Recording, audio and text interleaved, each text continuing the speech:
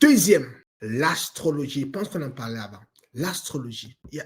Souvent, ça vient dans les journaux. Vous lisez les journaux, voici votre jour de la semaine. Voici ce que vous serez bon à faire cette semaine. Voici votre signe et tout. Ce sont les portes que l'ennemi utilise. Ça ne vient pas de Dieu. Derrière ça, il y a un esprit.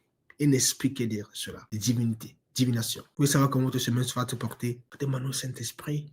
Il est à nous. Demandez, mais Saint-Esprit, quel est ton plan pour cette semaine? On n'a pas besoin de lire un livre pour que celui nous dise le plan du chrétien, le plan de l'enfant de Dieu, si ce n'est pas le livre de Dieu. Pourquoi ce que les hommes ont écrit? Pourquoi ce que les hommes ont décidé doivent être le partage des enfants de Dieu? Pourquoi ce que les hommes qui étaient inspirés par des esprits méchants, par des esprits qui sont sous nos pieds, dont on a la domination, pourquoi croire ce qu'ils disent? On ne doit pas le faire.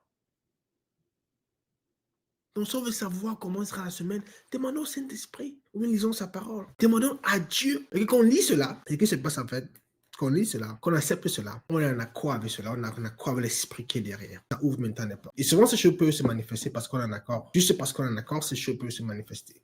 Pourtant, Dieu a d'autres plans. Mais ce sont les bonnes choses, bien aimés.